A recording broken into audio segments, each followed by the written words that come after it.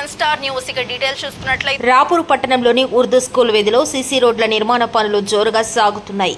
ఈ సందర్భంగా ప్రాంతవాసులు మాట్లాడుతూ తమ ప్రాంతానికి ఎప్పటి నుండో రోడ్లు లేవని చాలా ఇబ్బంది పడేవారని తెలిపారు.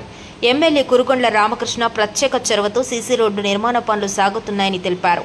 తమ కష్టాలు తీర్చినందుకు ఎమ్మెల్యే కురుగొండ్ల రామకృష్ణకు ఆ ప్రాంతవాసులు ప్రత్యేక కృతజ్ఞతలు తెలిపారు.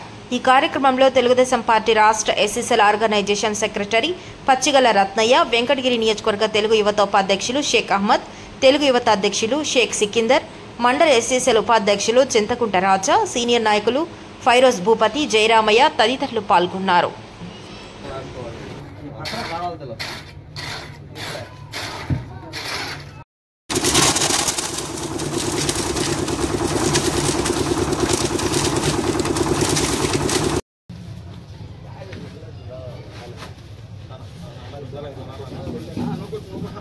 తీసుకోండి.